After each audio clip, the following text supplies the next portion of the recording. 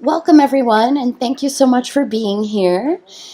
It is Wednesday evening, April 24th, and we are very grateful for the presence of a delegation of experts from Brazil who have joined us to talk about Brazil's cocoa chocolate supply chain, specifically a working paper report that they completed late last year and was published at that time that details many of the issues that the Brazilian cocoa chocolate supply chain faces today, especially in relation to labor.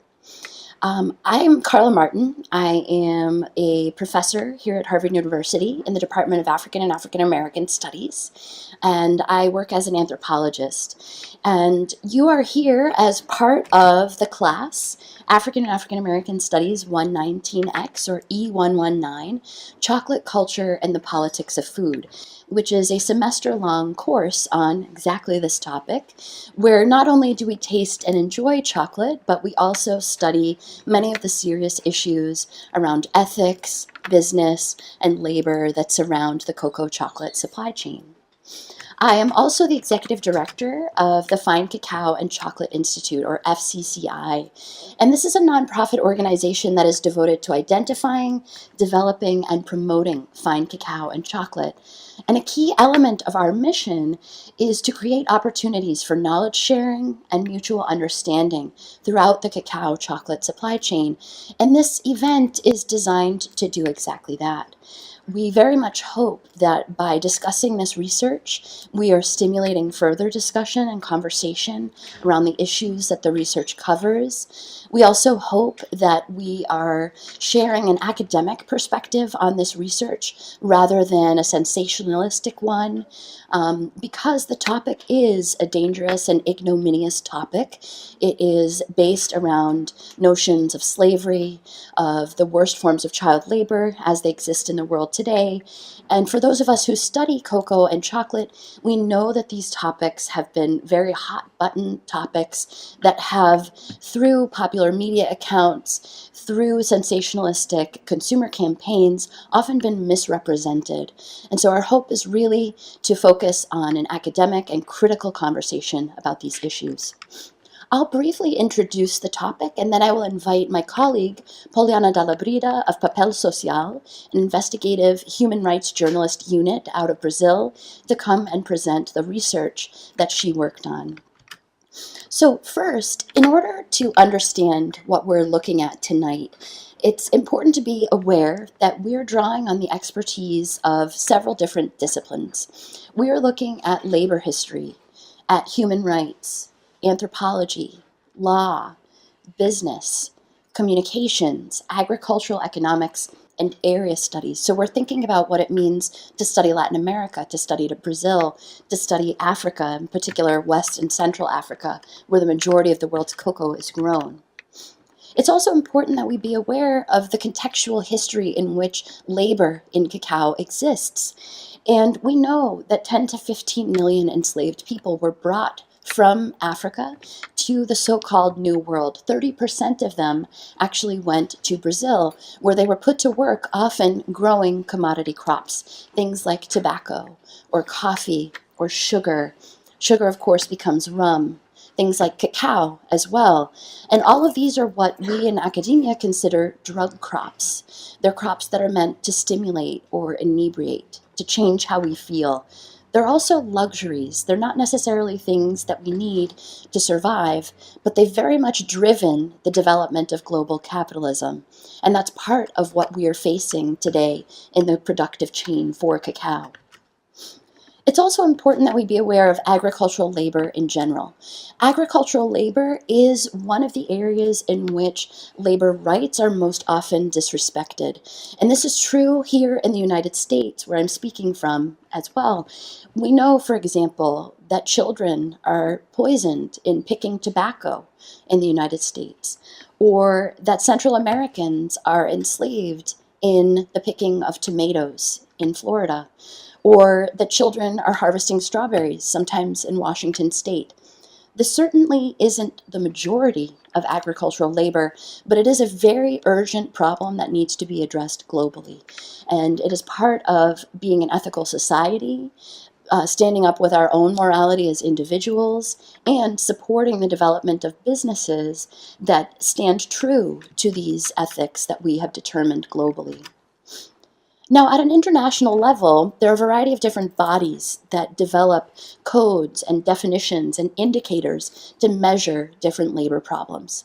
The United Nations, for over a century, has published a variety of different declarations or conventions on human rights. And they've published these declarations of human rights, of children's rights, of peasants' rights, rights of workers, fundamental rights and principles of laborers, and more.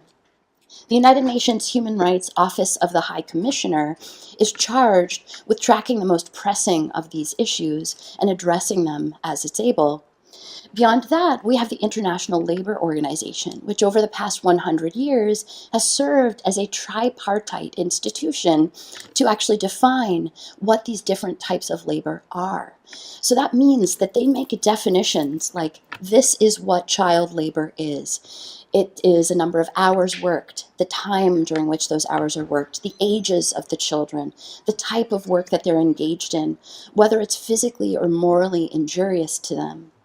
And so all of this is essential to understand. This is the context in which this research has developed. Beyond that, domestic institutions are also essential to understanding all of this. The Federal Republic of Brazil's Constitution of 1988 actually delineates different types of labor that are prohibited, conditions analogous to slavery being one of them. The Labor Prosecutor's Office, or the Ministério Público do Trabalho, is charged with tracking these labor abuses and also adjudicating them as necessary. Two other institutions are quite unique in the Brazilian context, but they've inspired people globally. One is Impacto, which is an institute born out of the National Pact for the Eradication of Slave Labor.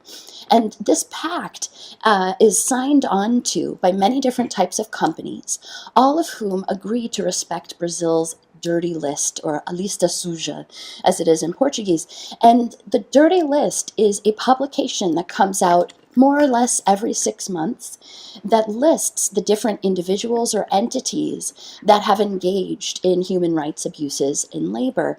All of the signatories, the members of Impacto, agree to 10 stipulations. They make commitments on how they will respond to the lista suja in their own supply chains. And then finally, there's the National Forum for the Prevention and Eradication of Child Labor, which is tasked with conducting research, holding working group meetings, and more in order to inform about the situation of child labor in Brazil.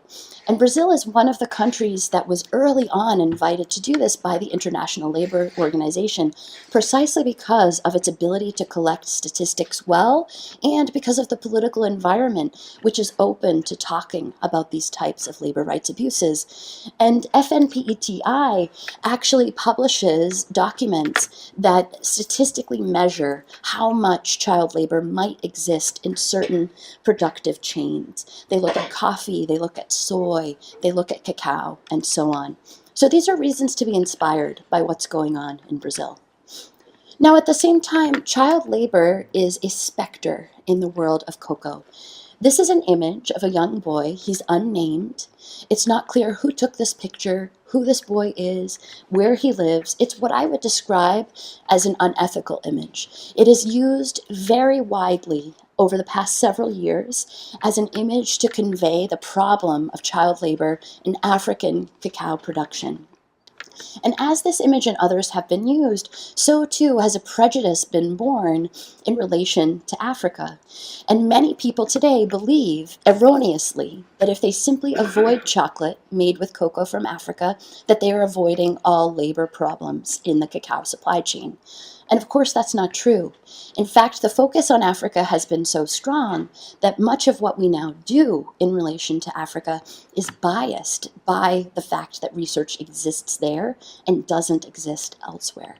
That's why I, as someone based in the studies of Africa, am especially interested to see that there is this initiative to conduct research in Brazil and to recognize that similar labor problems exist globally. Now, all that said, contextually, different countries present different levels of risk of different types of contemporary slavery. The Global Slavery Index actually ranks countries according to prevalence. And you'll see in gray, these are the different countries: Congo, Guinea, Nigeria, Cameroon, Togo, Cote d'Ivoire, Sierra Leone, Ghana, and Brazil, on which we have evidence that different types of contemporary slavery exist in cacao production. But if you look in red, you'll see Germany, Belgium, France, the Netherlands, and the United States. These are some of the largest chocolate-consuming countries, but the prevalence risk of slavery there is actually somewhat equivalent to the prevalence risk in Brazil. So we need to be aware when we're looking at this of the context of these different countries and their ability to address these labor challenges. Brazil is uniquely positioned to address these kinds of labor challenges today. At the same time, we can look at the prevalence of child labor, and you'll see here a map on the top of the slide that indicates how it is that children have been involved in child labor in different regions of the world. Africa, 19.6% prevalence rate of child labor. But of course, this is child labor broadly construed across an entire continent. And the same goes for the Americas. Here, they write 5.3% in the Americas, the prevalence of child labor, but again, with no differentiation within countries. What we do know is of the estimated 152 million children engaged in child labor, again, types of labor that are physically or morally injurious to them. They're not simple chores that children are engaged in. The biggest economic activity at risk is agriculture, where 70.9% of this child labor is occurring. So in any country that relies heavily on a rural population engaged in agriculture, this risk is necessarily higher. We also know that in Brazil, this risk is linked with race, and children of color, children of African descent, are more likely to be engaged in child labor than white children are. So there's an element of race that we see globally and in Brazil around all of this. That then brings us to the working paper of the cocoa supply chain that was published by the International Labor Organization, the Labor Prosecutor's Office, with research conducted by Papel Social. And in this paper, I won't tell you the details of it now because my colleagues will do that shortly, but in this paper, they find evidence of human rights abuses in labor in the cacao supply chain. They also find root causes and risk factors within this supply chain, and they also propose many solutions. And I'd like to briefly talk about some of these solutions. In Brazil today, there are some very exciting institutions. One is the Centro de Inovação do Cacau, SIC, which is a Brazilian institute devoted to scientific research on cacao and education. They are one of the most exciting cacao innovation centers globally and are involved in very important work, including having just run an awards for the finest quality cacaos of Brazil. And I'm very happy to report that they found excellent quality cacao in the country. Beyond this, there's Instituto Arapião, which is a nonprofit organization devoted to research in agriculture in parts of Brazil. Instituto Arapião, as it grows, is well positioned to be a research institute looking into these issues and supporting the solutions to problems in the supply chain. CEPLAC is another Brazilian institution. It is the Cacao Governance Institution supported by the Brazilian government. And as they grow, as they seek out better funding, better support for their work, they will be an essential partner in all of this. And also the World Cocoa Foundation, based here in the United States in Washington, D.C., but operating globally, has proven success via its Cocoa Action Program in West Africa and is just about to launch a similar program throughout Brazil. And many of the companies involved with the World Cocoa Foundation are the companies that need to address these issues in the supply chain in Brazil. And they very openly speak about their desire to improve working conditions. So there's a lot of factors that are going right in Brazil right now. There are many things to do as well.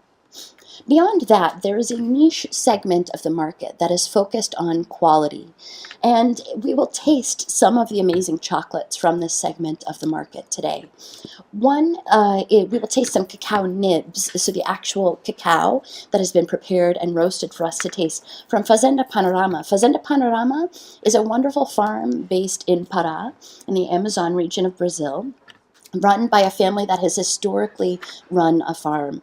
After learning of labor abuses on their farm, they did a complete change in how they operate, and today are moving towards certification in their supply chain and are actually cited in the working paper from the International Labor Organization, and the Labor Prosecutor's Office is a good example from Brazil.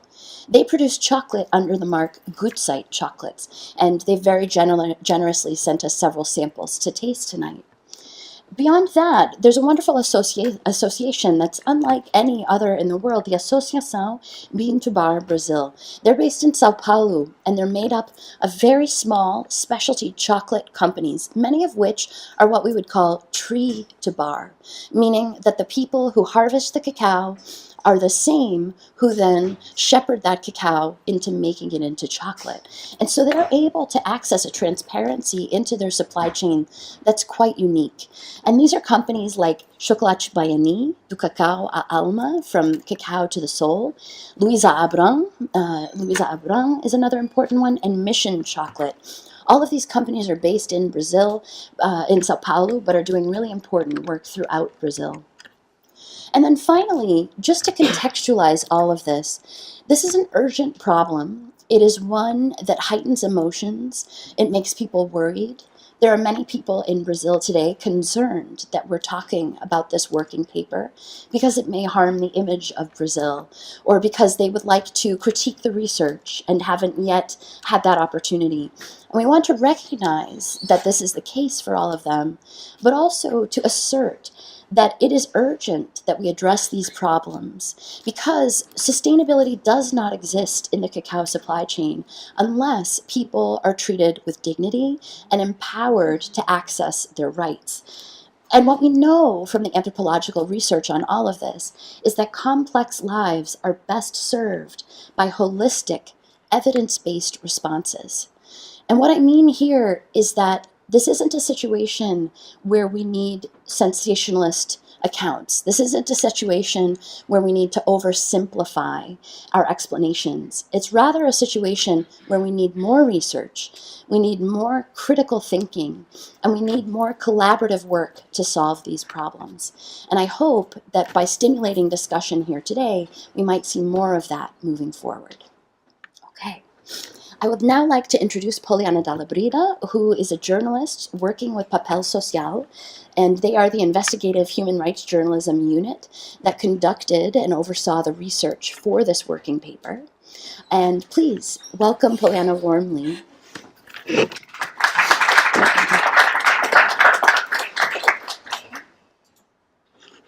go.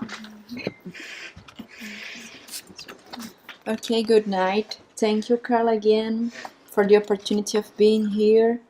And I've seen some familiar faces from this afternoon. Thank you for being here again. And thank you to the whole team of the FCCI Institute. It's a pleasure being here, and it's very important sharing the results of our research about the human rights violations on the Brazilian cocoa supply chain. As Carla said, my name is Poliana Dalla Brida, and I'm part of a Brazilian organization called Papel Social.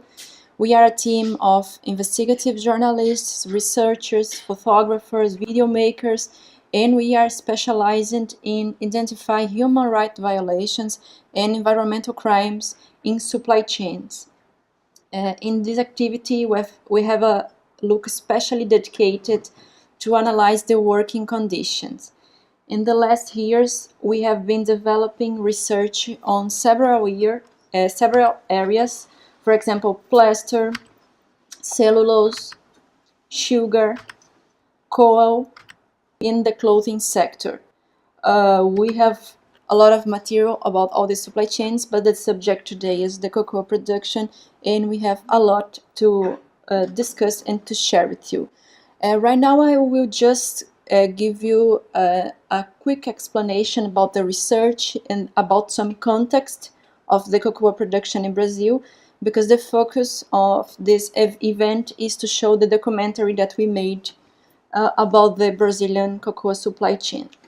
So let's start with general informations. Brazil is the second largest producer in South America, behind Ecuador, and the 70th largest in the world.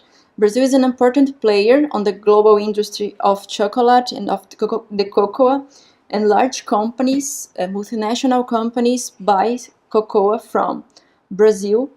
And Brazil produces cocoa in 8 states, but almost all the cocoa is produced in Pará and Bahia. They are responsible for 95% of the whole production of cocoa in Brazil.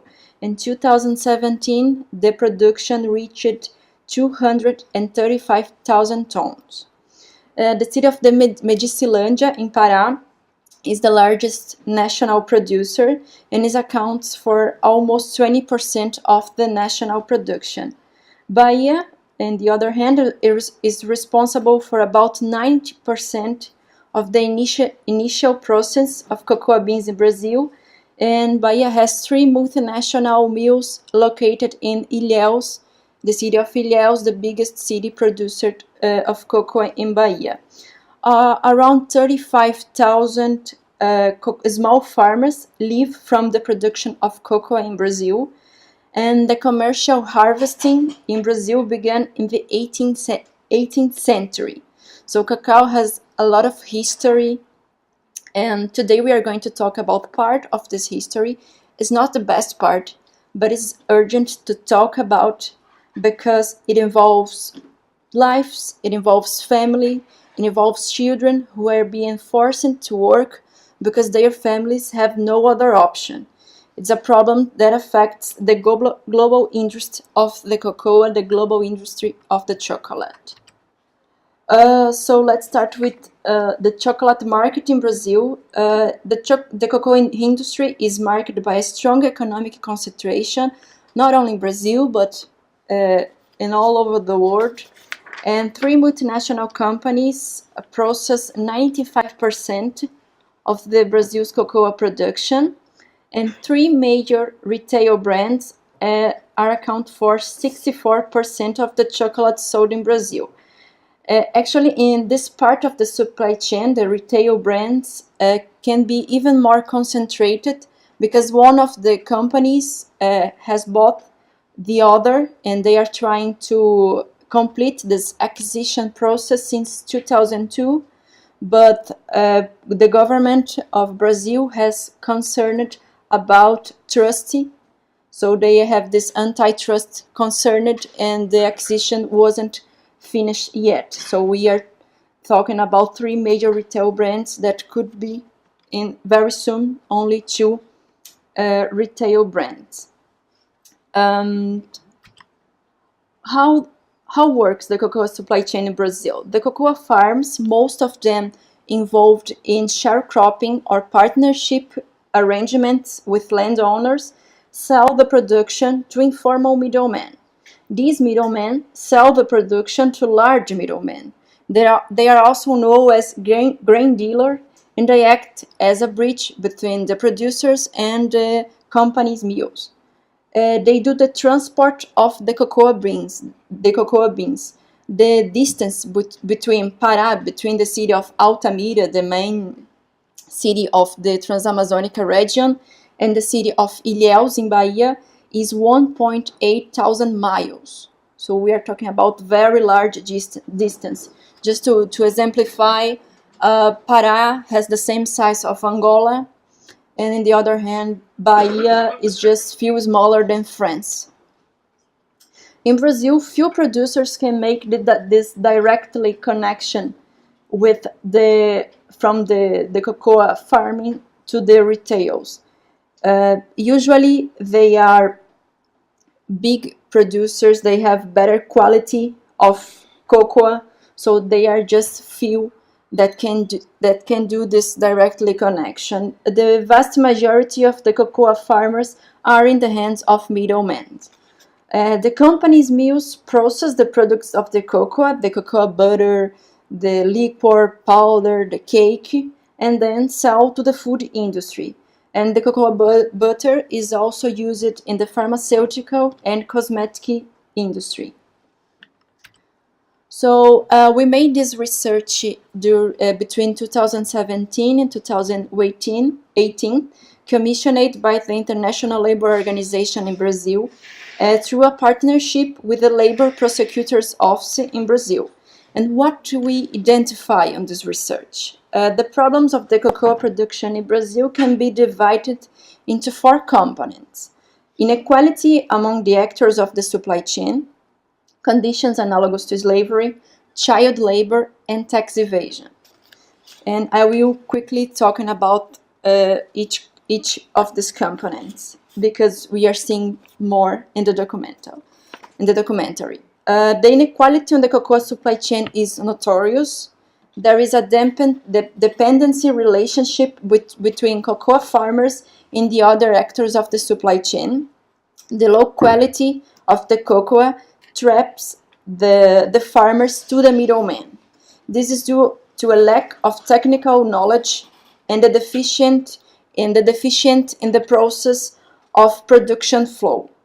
The low prices paid by the industry and by the middlemen, in this case, generate social inequality at the base of the supply chain. When we interviewed the cocoa farmers in 2017, the amount paid by the middleman was around $1.3 per kilo of cocoa. So this unqualified work is a perpetuating factor of misery. We also identified that conditions analogous to slavery exist on the basis of the supply chain. And this occurs because the sharecropping and partnership arrangement are fraudulent. The cocoa farmers do not have autonomy to sell the production. It's not him who chooses when to plant, how techniques to use, or who to sell, as the law orders, as the Land Statute of Brazil order. The contracts in this case are being used to disguise slave labor and other irregularities, because we analyzed and we found that most of the partnership arrangements are actually a relationship between employers. So it's the landowner and the worker, they are not on the same level. So we have this inequality. And another factor that we found at between 2013 and 2017, 83 cocoa workers were rescued by the authorities. In Brazil, the conditions analogous to slavery are characterized by 4 elements: forced labor, exhaustive journey, degraded conditions of working, and debt bondage. So the authorities found this one or the 4 characteristics in 83 cases, and they were rescued during 2013 and 2017. It causes concern the low occurrence of inspection currently. The number of operations carried out by the Ministry of Labor of Brazil has been declining in recent years. Just to give you an example, by 2017, the cut of federal government funds for this activity reached 70%. Child labor is also a disseminated practice. Inequality and poverty are the main causes of child labor. Without the work of children and adolescents, the cocoa farmer's family can hire day laborers. And if they need to hire day laborers, the income at the end of the month will be even smaller. So they use their child force of labor. The low price paid for the cocoa is, of course, one of the determinant factors for the existence of child labor. Recent data indicate that almost 8,000 children and adolescents participate in the Brazilian cocoa cropping. Another important issue identified by the research is the tax evasion. This occurs because the supply chain is fragmented. It's controlled by middlemen. And because the supervision to eradicate this practice by the Brazilian government is deficient. In 2016, the head of the office of one of the main multinational mills located in Altamira confirmed to the public prosecutor's office the existence of tax evasion, and he also cited this practice as a determinant of child labor. So the multinational companies know about the situation, know about the tax evasion on the cocoa supply chain. In order to understand the position of the companies participate in the cocoa supply chain, we also analyzed their annual reports, their monitoring protocols, their strategies to avoid this kind of human rights violations on their supply chain. And the main features that we found on their sustainability social reports was there are no details of how the supply chain is monitored. The geographical delimitation is vague. There is no indication as to how the results of social responsibility actions are assessed. They do not inform where the general public can access these systematized results. There is no historical data to follow the desired changes. And the goals pretended are ambitious, but the initiatives for achieving them are vague.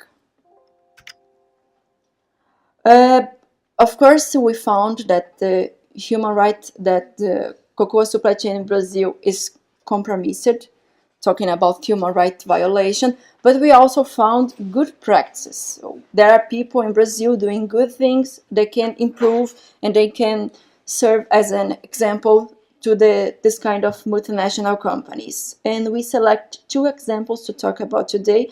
The first one is the Agrícola Conduru, located in Ilhéus, Bahia. All workers are hired according to the legislation. So while the main cocoa farmers are in the system of sharecropping or partnership arrangement, in the Agrícola Conduru, they are hired by the company. So the farm work as a company. And they receive above average salaries, they take training courses, and they work the appropriate numbers of hours. The Agrícola Conduru have a brand called Dengo Chocolate. They are the owner of this brand. And the other good example that we selected was the Panorama Farm in Pará. They are investing to improve the cocoa, to improve the quality, and also improve their relation with the workers. And they have a brand called Good Side. We have some samples here to give you them. And it's important to emphasize that Panorama Farm has already been convicted for keeping workers in conditions analogous to slavery in 2002. So this was what motivated this new productive standard. So this also shows the importance of this inspection work done at a time.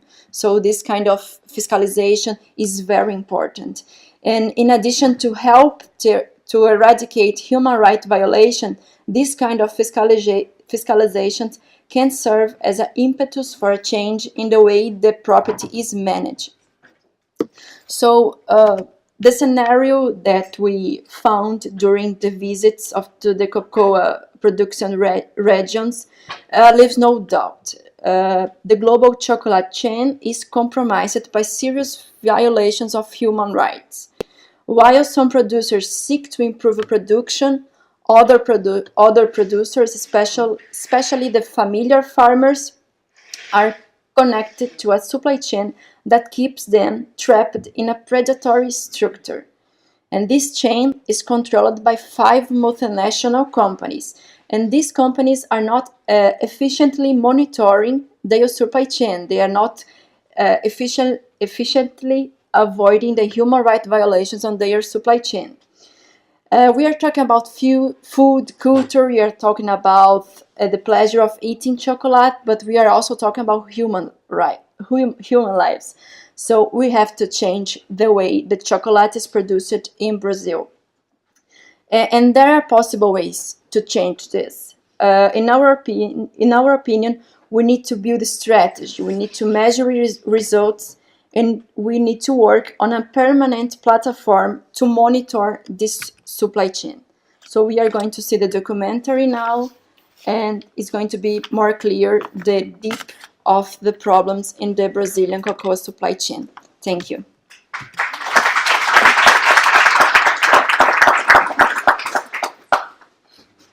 Okay, so just for anyone who's wondering, we will have the live stream as a recording available on YouTube. So this will be available permanently for people to access. And the documentary will also be available on Vimeo, I believe, in short order for people who would like to watch it. We will share all of these links to our slides, to the live stream recording, and more for anyone who would like to access them. So I'm now going to put on the film so that we can all sit and enjoy. It lasts for about 25 minutes. And once the film is completed, we will open a space up for discussion with all of our colleagues who are here from Brazil.